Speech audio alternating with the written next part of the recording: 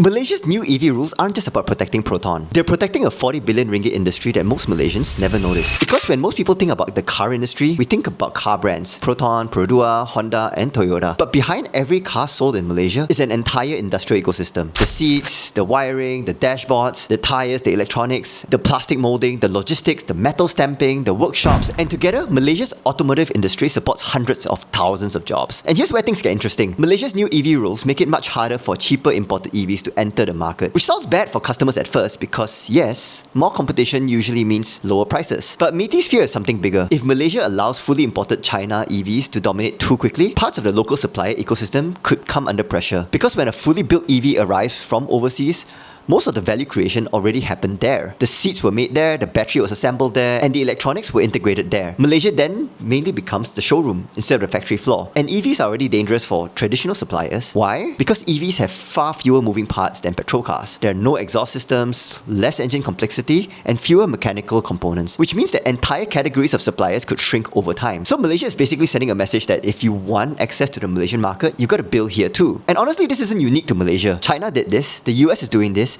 even Europe is now trying to protect parts of its EV industry. Because once manufacturing ecosystems disappear, they're very hard to rebuild. And this is the real debate, because consumers may end up paying more in the short term. But governments are asking a different question. Is it better to have cheaper cars today, or still have a manufacturing industry 20 years from now?